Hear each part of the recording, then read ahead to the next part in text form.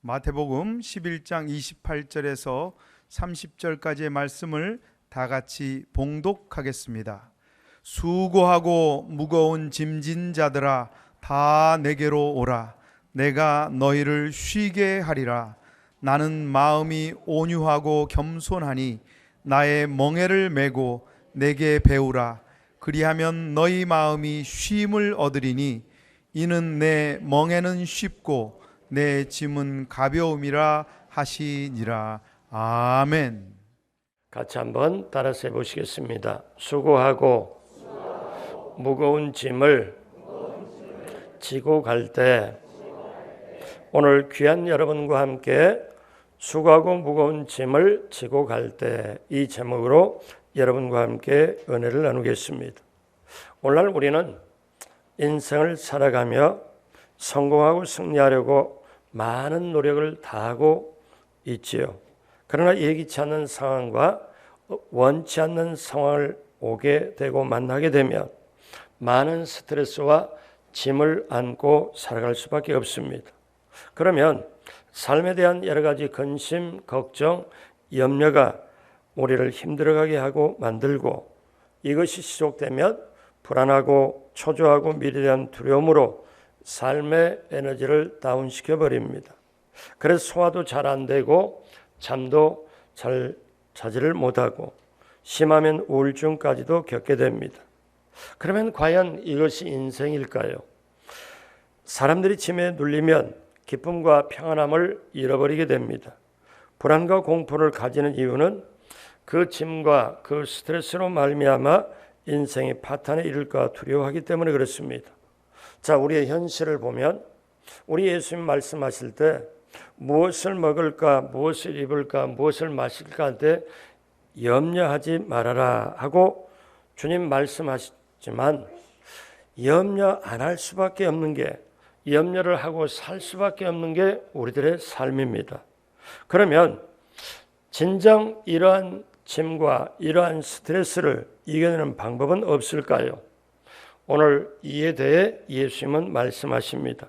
첫째로 수고하고 무거운 짐진 자들아. 예수님은 저와 여러분들에게 인생을 진단합니다. 여러분, 병을 진단하려면 병을 검사를 하죠. 그리고 진단을 하죠.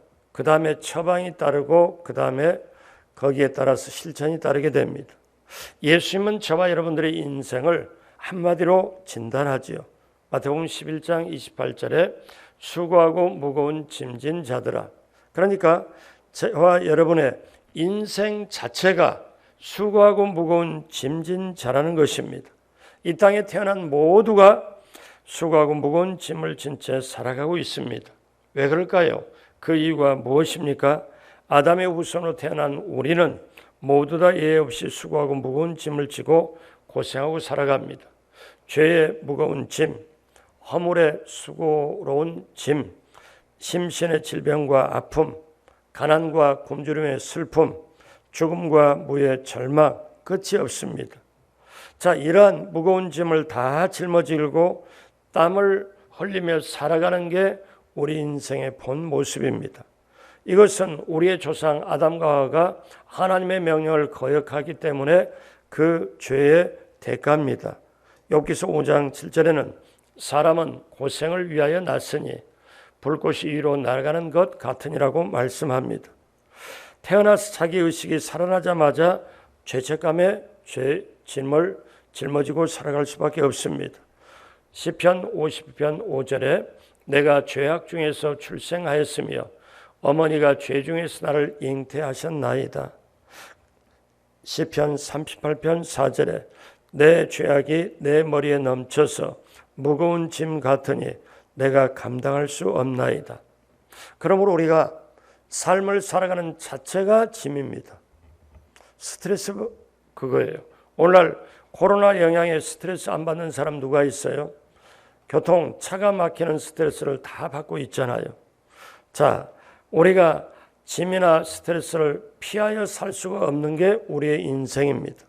자, 우리 생활 가운데 스트레스 지수를 연구한 결과를 보니까 어떻게 나오는가 하면은 배우자나 사랑하는 사람이 죽었을 때 스트레스가 100이라면 이혼했을 때가 73, 자신이 사고를 당했을 때 53, 실직하면 47, 가까운 친구의 죽음이 37, 자녀의 가출이 30, 직장 상사와 갈등이 23이라고 스트레스 지수는 말하고 있습니다. 자, 이러한 스트레스 원인에는 성경에는 죄가 그 원인이라고 말씀하고 있지요. 잠언서 28장 1절에 악인은 쫓아오는 자가 없어도 도망하나 의인은 사자같이 담대하느니라. 그렇게 말씀합니다.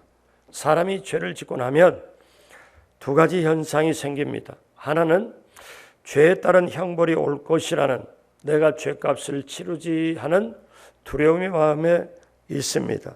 또 하나는 한번 죄를 짓고 나면 그 죄가 마음과 영혼을 오염시켜서 또 다른 죄를 짓게 한다는 것입니다. 그래서 자신이 이 죄에서 노연함을 받을 수가 없죠. 죄인에게 산다는 것은 그 자체가 힘들고 버거운 것입니다. 그래서 우리 힘으로는 이것을 어떻게 탈출할 수도 없고 어떻게 피할 수도 없는 게 우리들의 삶이죠. 수고롭고 무거운 삶, 이것이 왜 그렇습니까? 저와 여러분의 바로 죄 때문에 그렇습니다. 여러분, 우리가 한 가지 분명하게 알 게 있어요. 창세기 3장 이전에는 죄가 없었어요. 창세기 3장에 아담과 하와가 선악과를 따먹은 이후에 하나님께서 벌을 내리셨는데 그때 등장하는 단어가 수고라는 단어입니다. 그러니까 하나님께서 그 반역을 한 아담과 하와에게 뭐라고 말씀하냐면 죄를 지은 다음에 단어가 하나가 탄생이 되는데 수고라는 단어, 여자에게 내가 수고하고 자식을 낳을 것이라, 남자에게는 너는 평생에 수고하여 그 소산을 먹으리라. 죄 짓기 이전에는 수고라는 단어가 없었어요. 죄 지은 다음에 수고라는 단어가 있는 거죠. 그러니까 저와 여러분들은 이 수고 속에 무거운 짐 속에 살아가는 게 저와 여러분입니다. 로마서 5장 12절은 그러므로 한 사람으로 말미암아 죄가 세상에 들어오고 죄로 말미암아 사망이 들어왔나니 이와 같이 모든 사람이 죄를 지었으므로 사망이 모든 사람에게 이르렀느니라.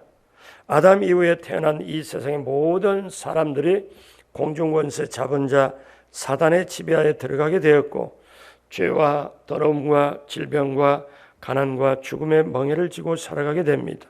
그런데 하나님은 이렇게 하려는 게 하나님의 본심이 아니에요. 여러분, 자녀를 이렇게 태어나게 하고 자녀를 낳아놓고 자녀가 고생하기를 바라고 자녀가 고통스럽기를 바라는 부모가 한 사람이 있을까요? 없습니다. 하나님도 저와 여러분들이 이렇게 수고하고 무거운 짐에 눌려서 살아가고 평강도 은혜도 없이 고통, 근심, 절망, 두려움, 불안, 초조에 휩싸여 살아가기를 전혀 원치 않습니다. 하나님의 본심은 뭐냐?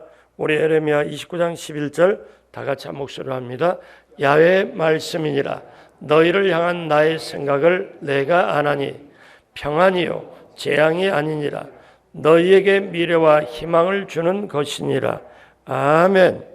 하나님의 마음, 저와 여러분들에게 고통을 주고 짐을 주려고 하는 게 하나님의 마음이 아니고 우리에게 평안을 주시려고 우리에게 미래의 희망을 주려고 하는 게 하나님의 마음입니다. 그게 아버지의 마음입니다. 여러분, 우리가 배를 한번 보고 이 바다 위에 떠 있는 배를 보면 배가 짐이 넘치면 침몰합니다. 그것이 배입니다. 그러니까 배에는 적재 한계선이 있습니다. 제가 얘기를 들어보니까 배가 하모를 적재를 하면 배가 이렇게 쭉 가라앉는다는 거예요. 가라앉으면 그 어느 선상에 물이 그 정도 딱 되면 아, 이게 적재 한계다. 그 이상으로 물건을 실으면 배가 파도에 휩싸여서 가라앉을 수밖에 없지만, 그래서 배가 적정으로 그 짐을 실으는 한계선이 있다는 거죠.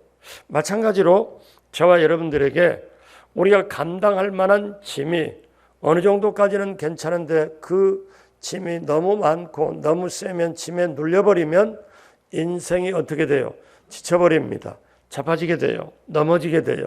그러므로 우리가 첫 번째 알 것은 내 인생이 뭐냐? 그렇게 돈을 벌고 그렇게 건강하려고 별 일 다 하고 운동 다 하고 다 이렇게 하지만 인생이 한마디로 말하면 수고하고 무거운 짐을 지고 가는 게 인생이라는 것. 자, 그러면 여기에 수고하고 무거운 짐을 지고 가는 인생이라면 그게 인생에 달하면 희망이 없죠. 그런데 예수님께서 오늘 이 시대를 살아가는 저와 여러분들에게 너희 인생이 뭐냐? 수고하고 무거운 짐진 자라 하고 진단을 합니다. 그러면 진단한 다음에 예수님은 처방이 있어야 되잖아요. 수고하고 무거운 짐 그것만 생각 거기에 눌려버리면 인생이 너무너무 힘들잖아요. 그러면 이어서 예수님은 수고하고 무거운 짐이라고 진단을 했으면 이제 처방을 하는데 어떤 처방을 할까요? 둘째로 다 내게로 오라 말씀하십니다. 자, 여기에 11장 28절에 수고하고 무거운 짐진 자들아 다 내게로 오라. 여러분 여기 다 내게로 오라는 거는요. 여러분 이렇게 한번 말씀을 묵상하고 들으면 은혜가 됩니다. 여러분이 저도 어제 결혼식에 주례를 했습니다마는 당사자인 혼주가 되면 아무나 길 가는 사람 오라고 안 하잖아요. 어떠냐면 나하고 친분 있는 사람, 그래도 올만한 사람, 친척, 일순위, 그 다음에 친구, 그래서 올만한 사람에게 연락하고 초청하고 싶은 사람에게 초청장 보내서 오도록 하잖아요. 아무나 오라고 안 하잖아요. 인류 호텔에 어떤 세미나가 있고 어떤 좋은 모임이 있으면 아무나 가는 게 아니잖아요. 사람들 세상에서는 초청을 받으면 초청받은 자격이 있고 그만큼 합당해야 초청을 받습니다. 또 친분이 있어야 되고 유익이 있고 내가 은혜를 받고 은혜를 베풀려면 그런 관계가 있어야 되죠. 세상에서는 따지는 게 많이 있고 아무나 그렇게 못하죠. 그런데 여러분 기억하십시오. 수고하고 무거운 짐진 인생에게는 예수님 말씀하냐면 올만한 사람 내가 이렇게 정할 테니까 와라. 자격이 이렇게 정할 테니까 자격 있는 사람 와라. 이렇게 말씀을 안 하시고 어떻게 말씀해요? 수고하고 무거운 짐진 게 인생인데 그 인생 다 모두 내게로 와라. 여러분 이렇게 넓고 깊고 이렇게 높은 우리 주님의 마음 처방을 어떻게 내립니까? 다 내게로 와라. 여러분 여기에 큰 은혜가 있는 줄로 믿습니다. 예수님은 인간의 죄를 대신 지기 위하여 십자가에 달려 죽으셨습니다. 인간 스스로는 이 죄의 문제를 해결할 수가 없죠. 그래서 예수님은 갈라디아서 3장 13절에 그리스도께서 우리를 위하여 저주를 받은 바 되사 율법의 저주에서 우리를 속량하셨으니 기록된 바 나무에 달린 자마다 저주 아래 있는 자라 하였습니다.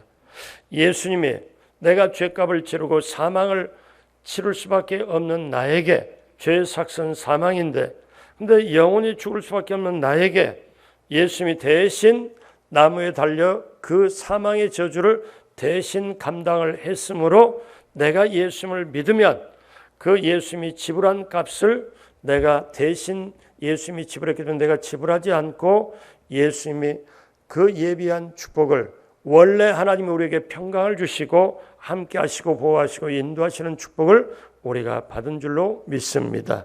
그래서 예수님께서는 이런 죄의 문제를 나무에 달려서 십자가에 달려서 모든 과거의 현재 미래 인류의 모든 죄값을 자신이 감당을 해서 죄값을 치러보고 난 다음에 저와 여러분에게 하신 말씀이 다 내게로 오라.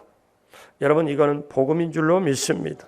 오늘 마태복음 11장 28절에 수고하고 무거운 짐진 자들아 어떻게 하라고요? 다 내게로 오라. 내가 너희를 쉬게 하리라. 많은 사람들이 쉼을 줄 수 없는 것에 쉼을 얻으려고 합니다. 저는 그런 얘기를 들어봐요.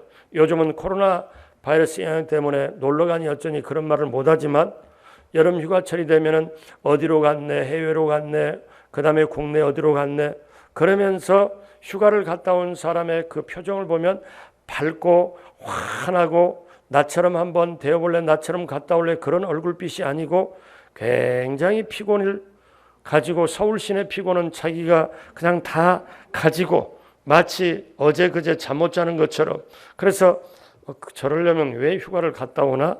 그런데 한번 생각해 봐요. 힘들고 어려울 때 그걸 그리잖아요.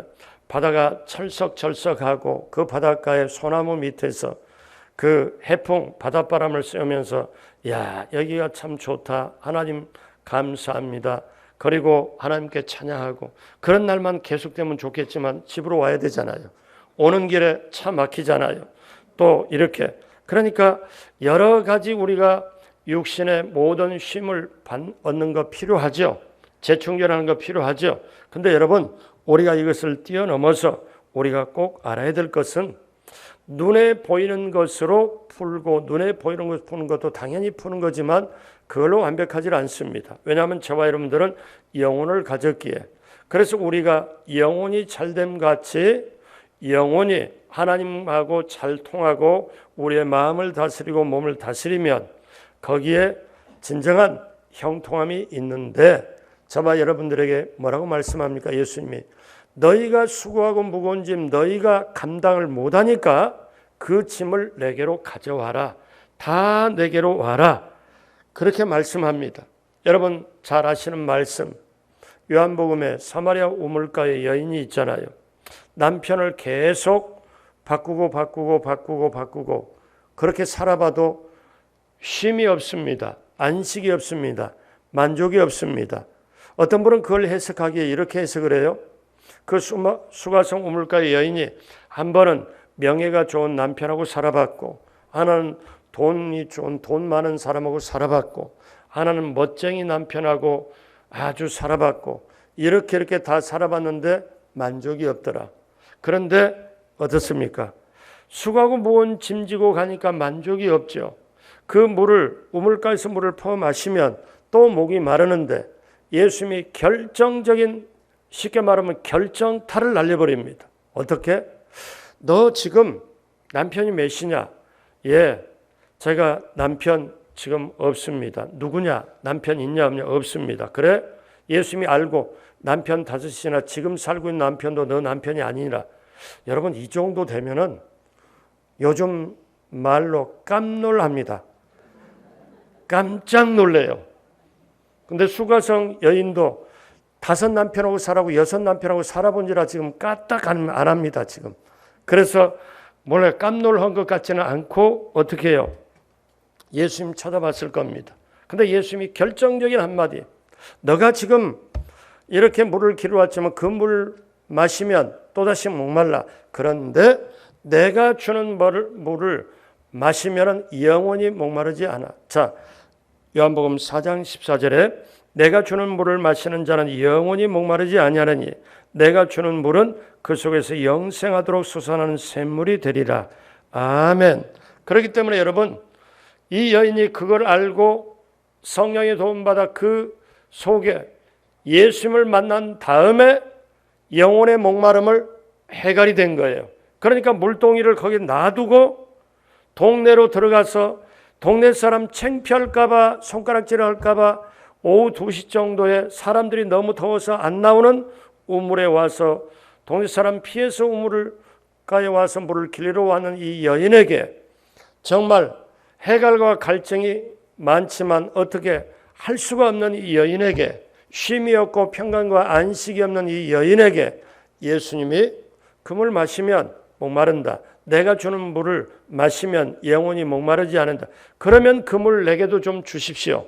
그 물을 받습니다. 그리고 영혼의 평안함을 느끼니까 이 여인이 사람들에게 창피함을 무릅쓰고 다 물동이 놔두고 동네에 들어가서 외칩니다. 내가 선지자를 만났다. 내가 선지자를 만나고 많은 사람들을 전도를 합니다. 이런 변화가 어디 있을까요? 다 내게로 오라. 그 예수님의 말씀에 예수님의 초청에 오늘 저와 여러분도 이 자리에 오신 줄로 믿습니다. 주님이 주시는 생수 성령님의 도움받아 흠뻑 내 영혼의 가슴 속에 넘치고 내 영혼의 심장 속에도 가득 채우고 여러분 기쁨과 평강과 안식의 생수가 넘치게 되길 주님의 이름으로 축복합니다. 그래서 저와 여러분들이 오늘 알 것은 무엇이냐?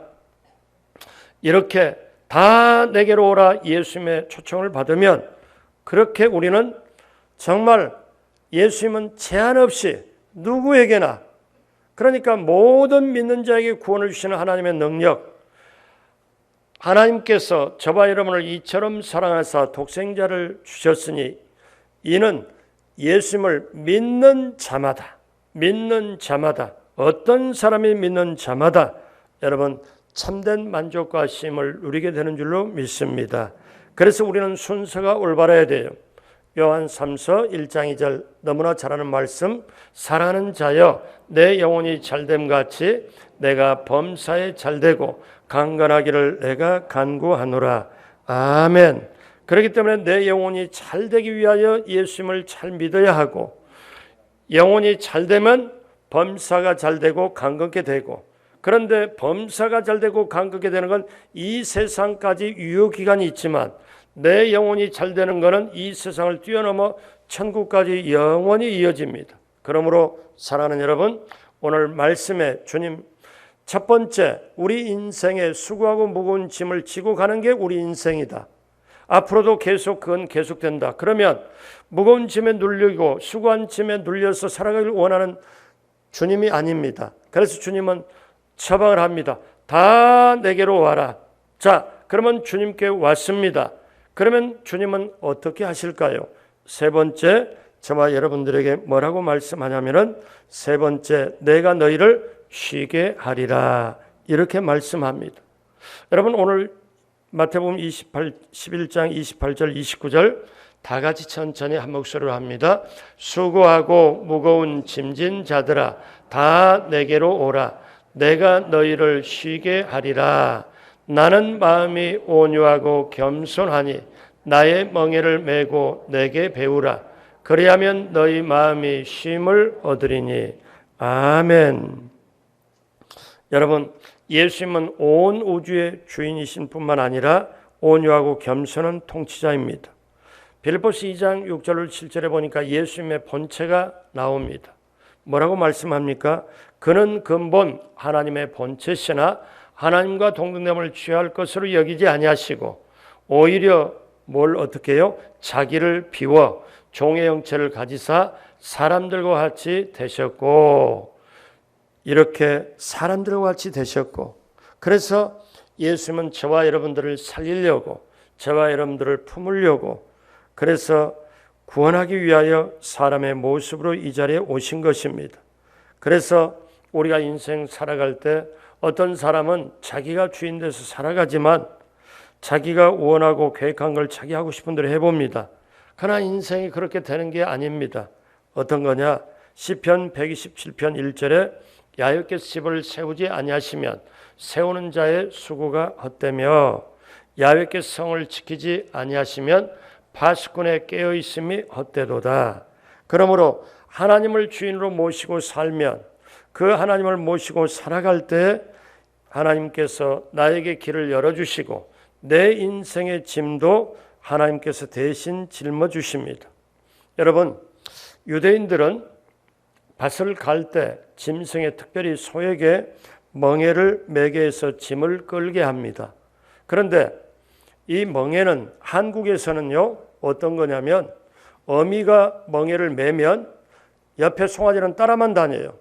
근데 이스라엘에서는 어미 소가 멍에를 매면 그 옆에 소는 따라는 가지만 같이 멍에를, 조그마한 거지만 형식입니다. 힘은 엄마 소가 다 쓰고 그 멍에를 메고 가죠. 그러니까 마치 예수님께서 어떻게 말씀하느냐면은, 자, 내게로 와라.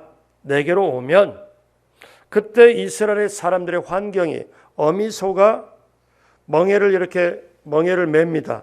멍에를 메고 그걸 가지고 밭을 가려고 갑니다. 힘을 엄청 들어가죠. 새끼 소는 그 어머니 멍에, 엄마 소의 멍에, 조그마한 멍에에 같이 달려서 같이 가는데 새끼 소는 힘 하나도 안 들입니다. 어미 소가 힘을 내서 가는 거에 따라만 가는 거죠. 그 옆에서 즐거워하는 거죠. 예수님께서 뭐라고 말씀하시냐면, 그래 인생길에 수고하고 무거운 짐이다. 그런데 너희 힘으로 그 짐에 눌려서 힘들고 넘어지고 자빠지고 지치고 피곤하다.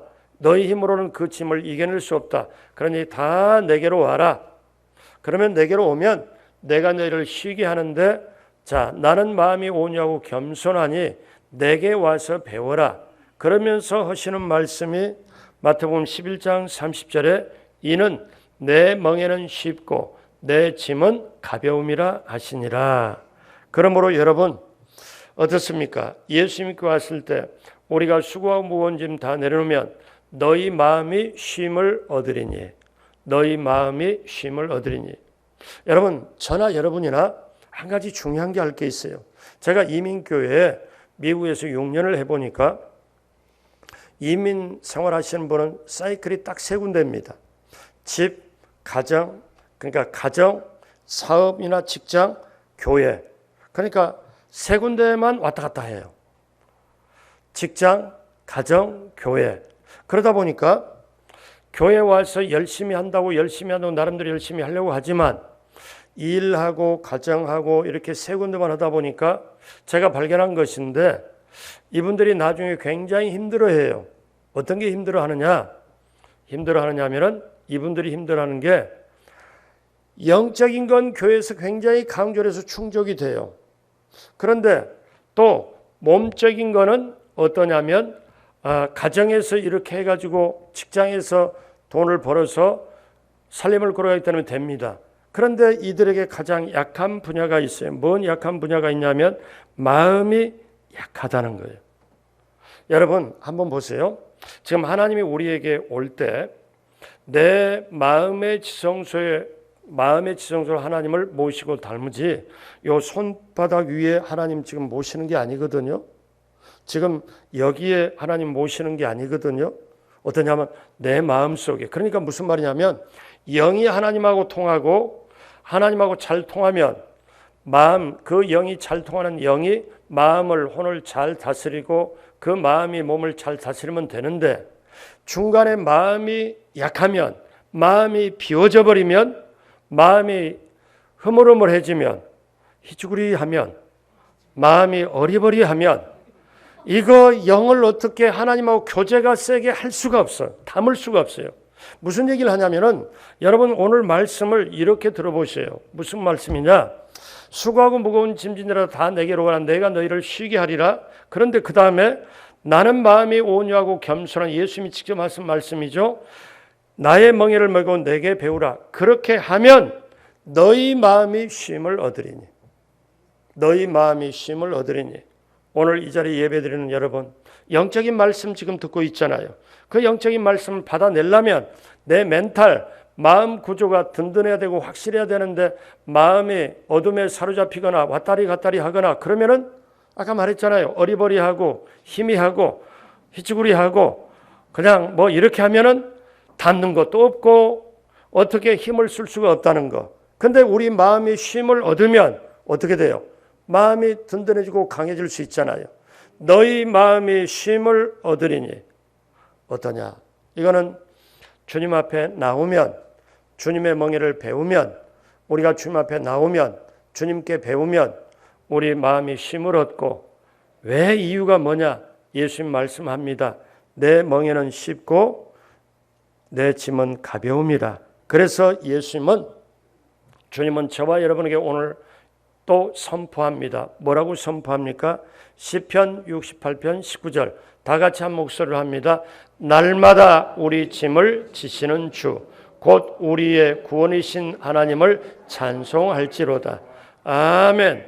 날마다 우리 짐을 져주세요. 그래서 우리는 어떻게 해야 되냐? 시편 55편 22절 내 짐을 야훼께 어떻게 하라? 맡겨라. 그가 너를 붙드시고 의인의 요동함을 영원히 허락하지 아니하시리로다.